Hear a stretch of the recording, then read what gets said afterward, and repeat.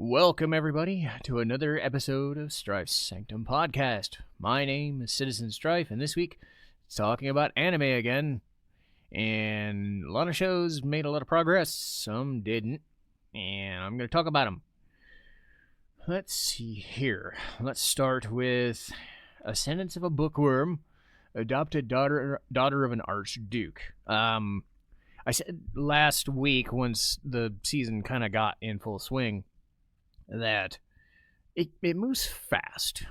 It really does. And mine is an interesting enough character, but for what the show's offering, you kind of know what you're getting. You're getting pockets of amazing stuff, but then you're getting a lot of fluff and a lot of fast-moving fluff. The major thing in the last couple episodes was just, oh, hey, we've got a new place in a new city. Let's have her run it. And then let's have her make some donations. And now they're going to coerce Ferdinand into doing some stupid concert or something. So at the very least, like, it's showing off a side of Ferdinand that's like, I don't want to do a stupid concert. This is dumb. And all that stuff. So at least there's some fun to be had for as quick as the show is kind of moving. Classroom of the Elite is the opposite problem. Nothing happens in the show fast at all. It's a lot of this person's maneuvering to do this thing, but what if they want to do this instead? And they talk about this thing. They've been talking about this second special exam or whatever, this survival island thing as the main thrust of this fourth season, and I'm like, you did this survival thing in the first season. Why are you doing it again? And even worse, why are you doing it to introduce new characters and whatnot? The only cool thing that I really saw from the last episode was a new third-year student basically saying, I don't really give a shit about things, but I like Ayana Koji, because mope-face, dirt-face there is always the most important and impressive person in anything, because he's super cool, guys. Just trust us. Despite the fact that you know how the show works by now. Everything works Ayana Koji's way, and nothing works against him because he thinks everything ahead and never fucks up. I said this before. I would love it if once in his life, it isn't just, oh, I got a hand injury. No. Could you show emotion somewhere, someday, somehow, please? I don't know. Not like screaming, right? But think like something actually gets to him. Or have something happen to where he actually fails once. Because there's nothing about him that is interesting. There's nothing about him this long into the show. Like, I like the setup and the show around him, but the more I watch it, I'm just like, please suffer some sort of failure state. So I know that you actually are human instead of this, like, godlike object of awe and inspiration, because it gets old. That's all I'm saying. Dorohedoro, speaking of godlike figures, Master N got killed, so that was amazing. Last episode I didn't really see a whole bunch happening, because it's really hard to kind of follow what Dorohedoro is doing because of the visual style and a lot of the weird setup. But the last episode was about Shin and Noe going after the Cross Eyes in retaliation, because there's always kind of been the like them, hate them sort of thing with Kaiman and Nikaido and other people with Shin and Noe, despite being on opposite sides. But this was focusing on them because they didn't have Kaiman or Nikaido in this episode, pretty much, and they were trying to find people who killed Master N, and they took pretty good care of them, to be honest, but also suffered a lot of damage. But you know, the weird mechanics of how people die, but don't die, but do die, but can be revived, but Noe has revival powers, or healing powers, and then this thing has revival, you know, it's tenuous at best. So I don't overthink it. But I do like that they focused on Shin and Noe's relationship a bit more, because they've always been kind of like the partners that like each other, don't like each other, love each other, but don't love each other, you know. But respect each other, and then they've always respected each other, and it's like, oh, this is cool. They've always had a good rapport, and even despite being on kind of the antagonist side of things, so they're always people I like rooting for. Devil May Cry Season 2 started a couple of days ago, and I don't hate it. I don't love it. I didn't love the first season, but I didn't hate it either. Because it's very goofy. It's meant to be goofy, and it does not take itself seriously because it's Devil May Cry. It's not supposed to. It's supposed to be ridiculous, dumb fun. Case in point, Virgil gets introduced, and I like that Robbie Draymond is Virgil and plays him really well. He goes to the planet because the war against Mundus has started, and Darkholm, I do like that they got Graham McTavish, who was playing Dracula in the Castlevania games, to be the new bad guy, the head of Darkholm.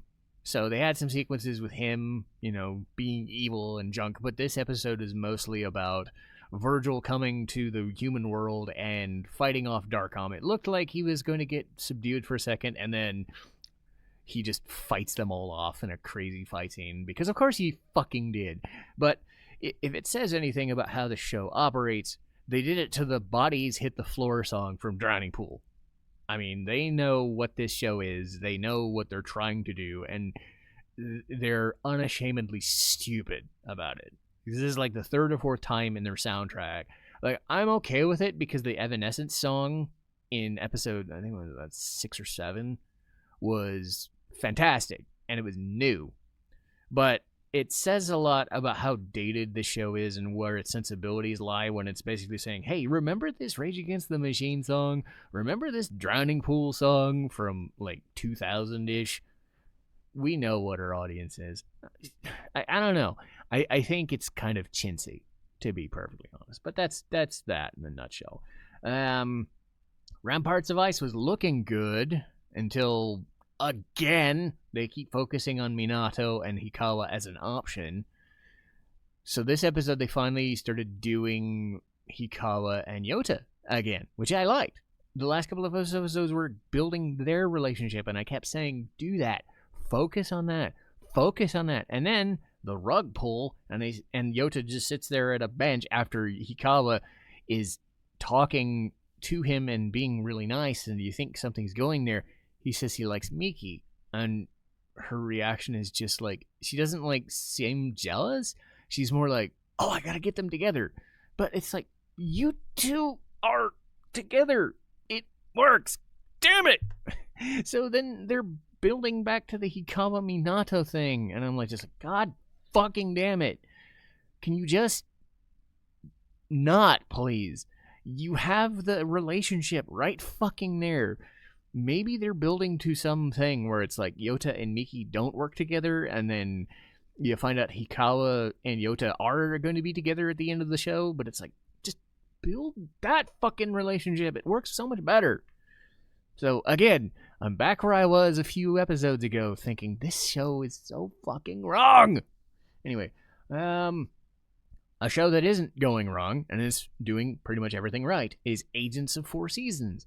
They got through the Agents of Summer and did that, and then they moved on to moving to another area, and the last episode was about Hinagiku and Sakura, and what spurred their relationship, and why Sakura became Hinagiku's guard, and why she cares so much, because she doesn't really have anything else.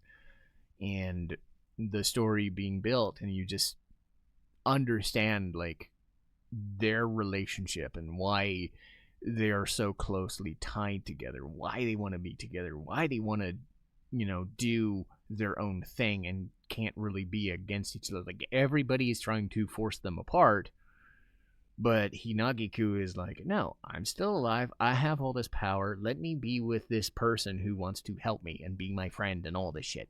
So the relationship dynamic is nice, and I just love that there's so much going on, layered in these discussions, because not a lot happens in these shows, because there's some action-y parts here and there, but it is pure drama, and there are those like comedic moments where those little flourishes of just moments.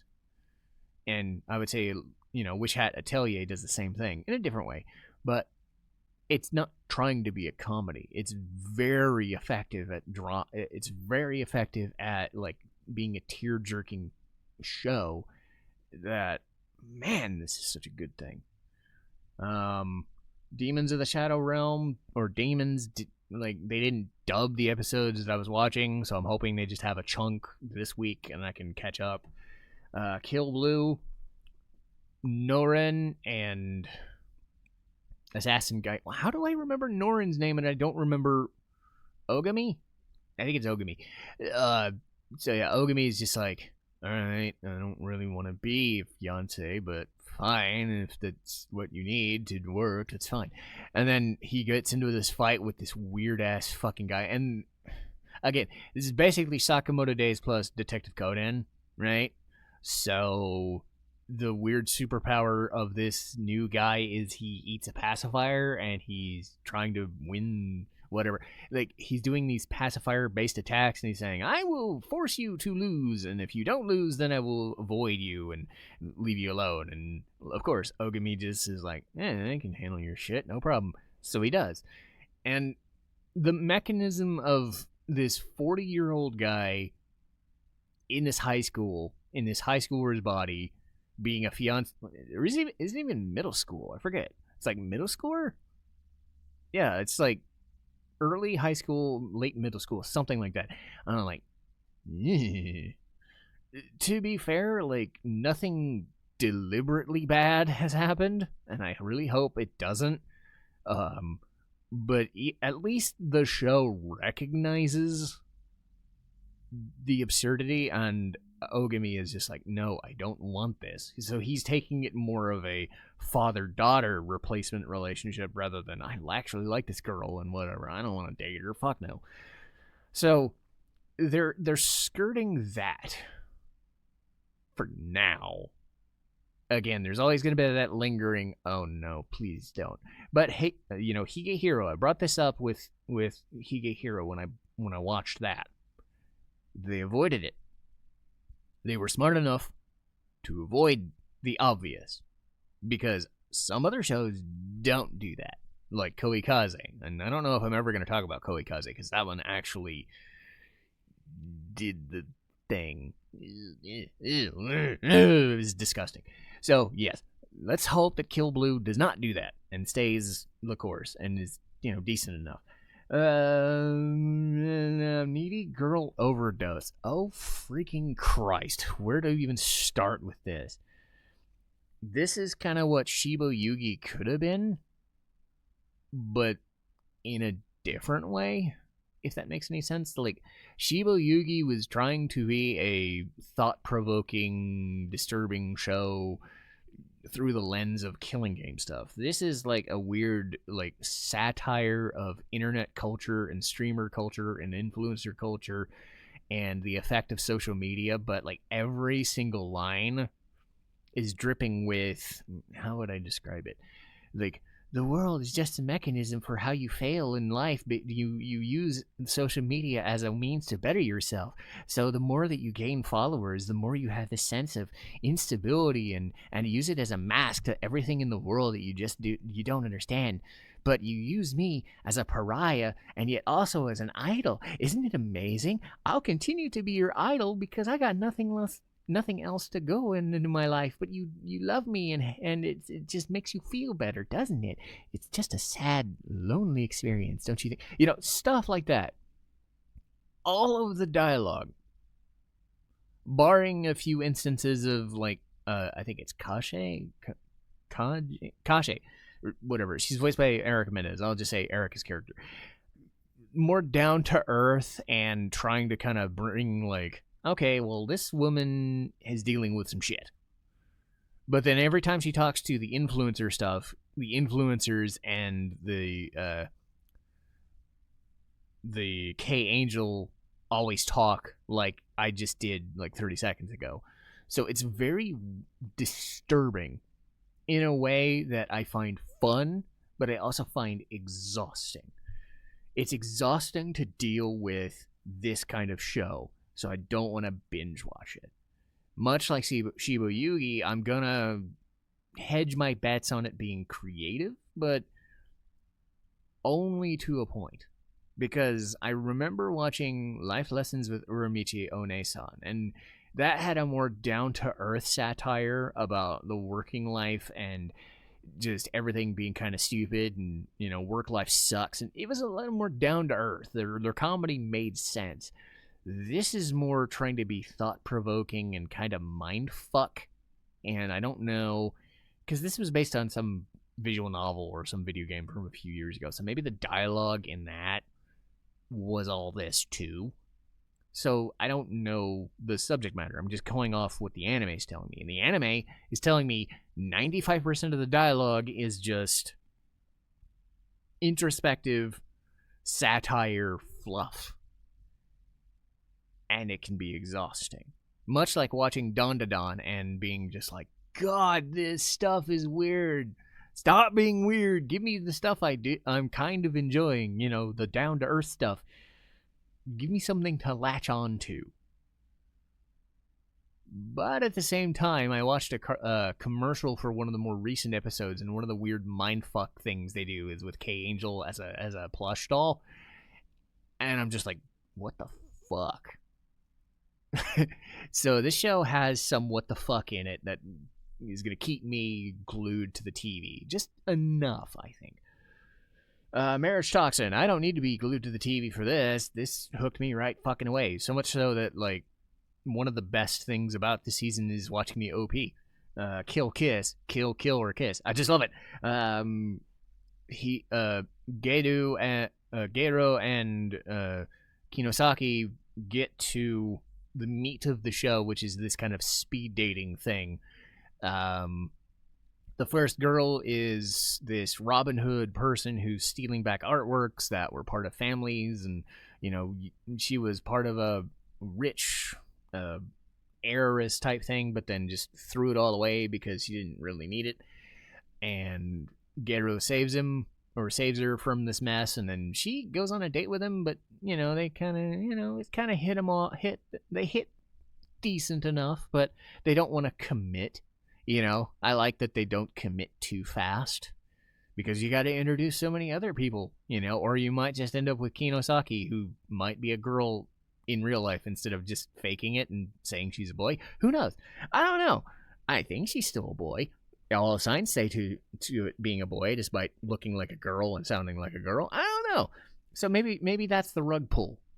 You're doing all these things, and then you just realize that Kinosaki and Gero are together. But I don't know. The show hasn't ended yet.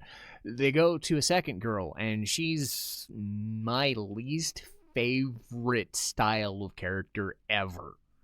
Aside from... Actually, no.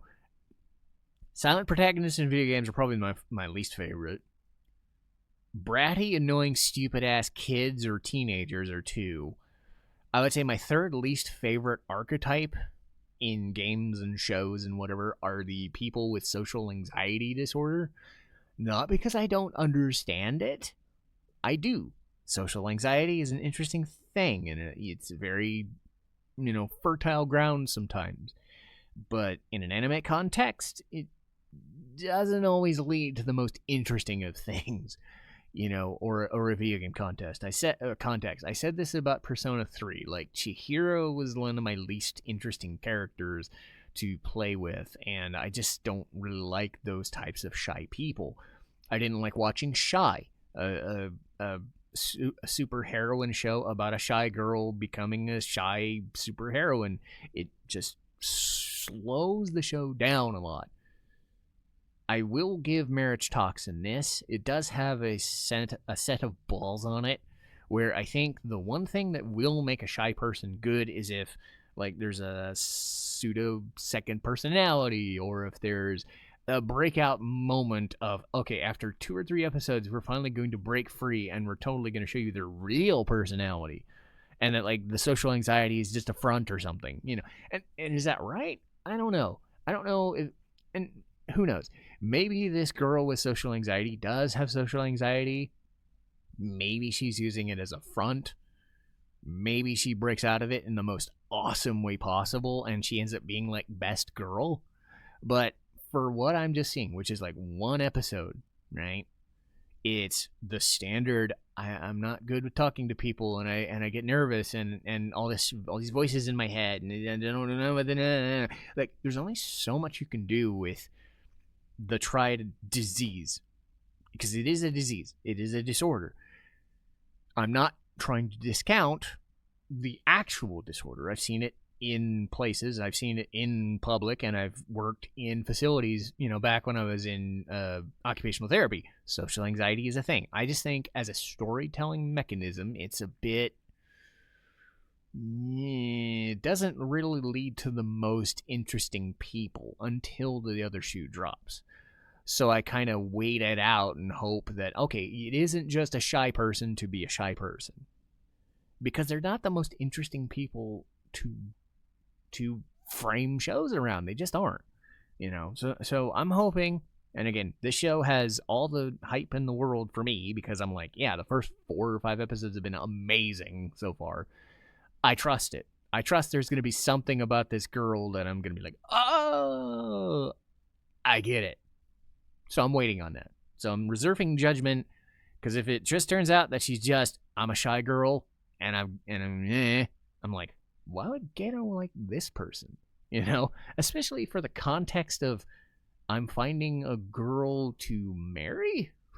Like, I would have just gone with the Robin Hood lady. Anyway, let's see, which Hat Atelier? This is the last one of this, and I will gush about it like I've been gushing about everything else. I said Agents of Four Seasons is a 9. I don't like putting numbers. I'm kind of just going off of vibes when I do number rankings and whatnot, because there's no way to differentiate 8, 9, 10. But when I put like 9 or 10, that means I was emotionally affected to the point of like tears. And Agents of Four Seasons and Witch Hat Atelier are those 2 shows of this season. And Witch Hat Atelier has this just aura of like, it can't do anything wrong. Even if it's like world building and character building, like, it makes sense later on. And I talked with this about some of my coworkers who are also anime fans who've been watching it, and they talked about it the same way. They were like, the world building and character dynamics in the show are very, very just on point. Nothing seems like taken for granted. This is going to sound like a weird example. This is more of a video game example, but Final Fantasy X. If anybody's ever played Final Fantasy X, even if like not everything makes sense at first, nothing in the dialogue is wasted. Nothing in the setting is wasted. Nothing is ever not brought up just for no reason, because everything pays off. A 10 out of 10 show is something where either I'm so emotionally invested that even despite maybe not being the best show ever, the characters or the setting or the whatever are so good that I'm just like, I can't deny it. This is one of those where it feels like everything makes sense. The good moments are balanced out by the bad. Coco is obviously determined for multiple reasons, some sad, some happy, that all the magic she's learning has a reason, and it's an infectious reason. And even a character like Agat, who was the surly, sort of mentorish teenager, she finally gets some episodes to herself, and you understand that, why am I stuck in house? Why can't I do anything? Why aren't you letting me live?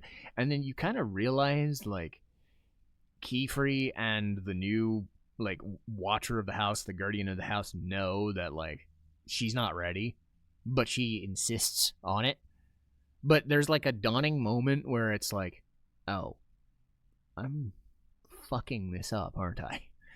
I'm in over my head. So it's not a situation where she is so up her own ass that she doesn't admit failure. She confronted it head on and realized, oh shit, I think this fucked me up. Like, I don't know how to save these people. And I've been treating Coco like shit, and she's almost in trouble too. So it's like, how do I do this? So there's like redeeming qualities in Agat's story arc.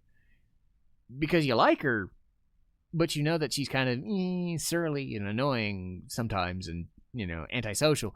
But then you like realize the reasons, and it's like, okay, but I understand why you're like this. But I also understand why the adults in the room say that you're just a kid and you still need more work. So there's so many layers to these characters, and I think the other two, Tetia and the blue-haired girl, I wish I remembered her name too, but they're probably going to get their own stories too. And again, Coco is going to get so much story because she's the main character, but there's nothing left to chance. This is probably like the closest to Freerun that I've seen since Freerun came out. Because that, Apothecary and Freerun were like the last shows to get to this level of like awe for me. And a lot of people have agreed that this is like the best show of the season, and it's not even close. Agents of Four Seasons is great, and I would put it at a 9, but there's just something about every single moment of Witch Hat matters. There's no letting up. There's no stopping how good it is. It's earned its reputation as an instant classic, and I think it's going to stay that way. I have all the faith in it that it's not going to fuck up. Because there are some times where you watch a show for a long time and you think, how can you possibly fuck this up? And they do. So there's always that risk. But the more that this show goes on, the less likely that's going to happen. And it's just, it's fucking amazing. So yes, if you haven't watched Witch Hat Atelier, fucking do it. Like, you don't need me to tell you. I think everybody on the planet's probably telling people to watch it already. But anyway, that's another recommendation for you. But that'll do for today. And I need to get to my YouTube videos for the day before I move on. I had a free day away from work to get this podcast in early. So I will do that. But let's talk about what's coming up next. I watched footage for Mega Man X5 to kind of reintroduce myself, and much like Mega Man 5 itself, OG, this one, formula is getting old, but for different reasons, and probably more frustrating reasons, honestly. So Mega Man X5 is going to be another downer. What isn't going to be a downer is a couple weeks later, I'm going to be talking about To Your Eternity, which is 3 seasons in. And this was one of those like amazing shows that was going to stick the landing, then kind of petered out. And then third season came by and reaffirmed its place. And I'm like, yes, this is so good. So I have a lot to talk about with To Your Eternity. Breath of Fire 3, The Story of Above Average. Talking about Breath of Fire 3 again, but in detail. In the Clear Moonlit Dusk, pretty damn good show. And then Castlevania, Lament of Innocence, and Curse of Darkness, a double bill. I like doing Castlevania double bills, and this is another one. So I haven't played those in a long time, but I've played them enough that I know how to talk about them. Because there are some times where I don't need to have played anything recently to remember how the games work. Anyway, that'll do for today. I will see you next time. Citizen Strife, signing off.